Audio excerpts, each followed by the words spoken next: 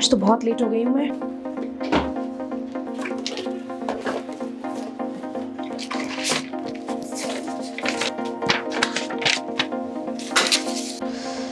ओफो, ये पेन कहाँ गया?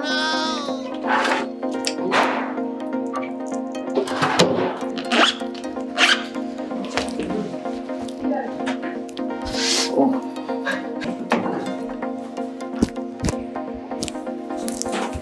क्या आप भी टीचिंग इंटरव्यू के लिए जा रहे हैं, लेकिन आपको ये सोचकर डर लग रहा है कि अगर उन लोगों ने इंटरव्यू के दौरान टीचिंग डेमोन्स्ट्रेशन देने के लिए कह दिया तो क्या मैं उसी तरह डेमो दूंगी जैसे बीएड की क्लासेस में देती थी? और अगर वैसा नहीं तो फिर कैसा?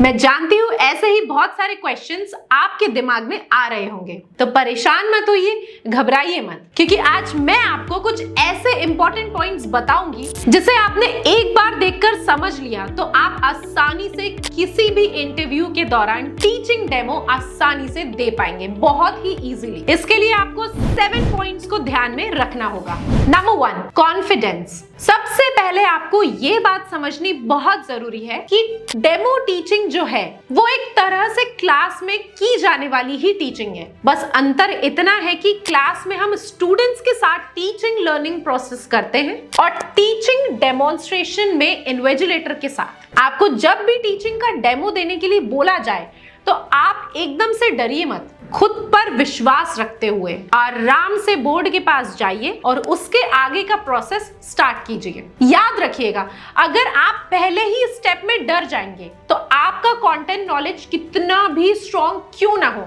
आप उसे अच्छे तरीके से डिलीवर कर ही नहीं पाएंगे। Number 2, face expression. इस बात का आप पूरी तरह से ध्यान रखिए कि आपके फेस पर अच्छा सा स्माइल हमेशा होना चाहिए। फिर वो चाहे आप डेमो सेशन के दौरान अपना सेल्फ इंट्रोडक्शन दे रहे हो, या फिर किसी बच्चे से क्वेश्चन कर रहे हो, या फिर किसी नटखट बच्चे को शांत करा रहे हो। इस बात का हमेशा ध्यान रखें कि टीचिंग एक ऐसा प्रोफेशन है जिसमें आपको पेशेंस रखने की और दिखाने की दोनों की जरूरत होती है, और यही एक्सप्रेशंस आपको इंटरव्यू में टीचिंग डेमो में भी रखना है, ताकि इन्विजिलेटर को लगे कि आप ना केवल अच्छे बच्चों को बल्कि एवरेज और बिलो बच्चों को भी हैंडल करने की क्षमता रखते हैं। थर्ड, स्टूडेंट्स को एंगेज करना। आप जैसे ही अपनी क्लास स्टार्ट करते हैं तो आपको ऐसा नहीं करना है कि आपका जो टॉपिक है उसे डायरेक्ट पढ़ाना शुरू कर दिया। ये आपकी सबसे बड़ी भूल साबित होगी। अब आप पूछेंगे, अगर टॉपिक पढ़ाना नहीं है तो करना क्या है? आपको सबसे पहले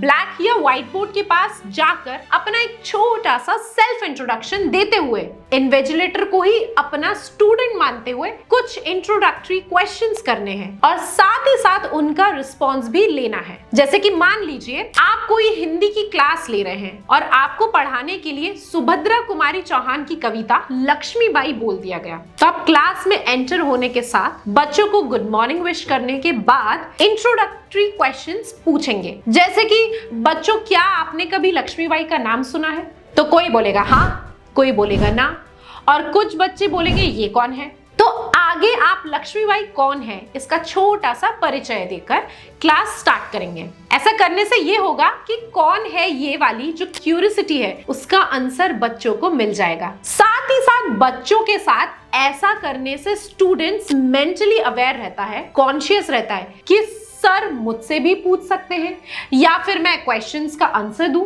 जब ऐसे वाला एनवायरनमेंट क्लासरूम के अंदर बन जाता है तो ऑटोमेटिकली स्टूडेंट्स आपके टीचिंग के ऊपर ध्यान देने लगते हैं, और आपको इंटरव्यू के दौरान होने वाले टीचिंग के डेमो सेशंस में भी स्टार्टिंग में कुछ ऐसे ही इंट्रोडक्टरी क्वेश्चंस पूछने हैं। नंबर 4, यूज ऑफ ब्लैक और व्हाइट बोर्ड और a digital panel as a teaching learning material. देखिए, जब हम इंटरव्यू में टीचिंग का डेमो दे रहे होते हैं तो हमें ये नहीं पता होता है कि इन्विजिलेटर हमसे किस टॉपिक पर डेमो देने के लिए बोलेगा। रिजल्ट ये होता है कि अदर टीचिंग लर्निंग मटेरियल जैसे कि आर्ट पेपर हो गया, मिनिएचर या फिर मॉडल ले जाना संभव नहीं होता है। इंटरव्यू के दौरान हमारे पास एक ही टीचिंग लर्निंग मटेरियल होता है और वो है ब्लैक और व्हाइट बोर्ड या फिर डिजिटल पैनल। अगर आपको डिजिटल पैनल के बारे में आइडिया नहीं है ज्यादा तो आप इन्विजिलेटर या वहां जो भी है आप उनसे हेल्प ले सकते हैं। तो आप जब क्लास ले रहे होते हैं तो बोर्ड का भरपूर उपयोग करें। अब भरपूर उपयोग का मतलब ये नहीं है कि बोर्ड में कहीं भी कुछ भी लिख दिया,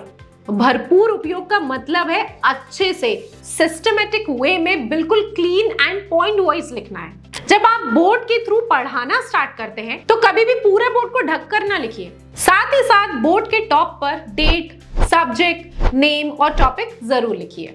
फिफ्थ, अप्रिसिएशन। ये बहुत ही ज्यादा इंपॉर्टेंट पॉइंट है। आप जब भी टीचिंग करते हैं और बीच बीच में जो स्टूडेंट्स से क्वेश्चंस पूछते हैं तो स्टूडेंट्स के आंसर देने पर उन्हें शाबाश, गुड, वेरी गुड, तुम बहुत अच्छा कर रहे हो, कोशिश करो कि तुम कर सकते हो, ऐसे शब्दों से स्टूडेंट्स को दिए हुए आंसर को रिस्पॉन्ड जरूर करें। Sixth, classroom environment. देखिए टीचर्स, जब हम इंटरव्यू में टीचिंग का डेमो दे रहे होते हैं तो हमें ओरिजिनल स्टूडेंट से भरी हुई क्लास नहीं मिलती है पढ़ाने के लिए। आपको इंटरव्यू के दौरान टीचिंग के डेमो सेशंस में स्टूडेंट्स की जगह इन्विजिलेटर को पढ़ाना होता है, तो आपको उनको भी स्टूडेंट्स की तरह ही समझना है और इंटरव्यू रूम को क्लासरूम।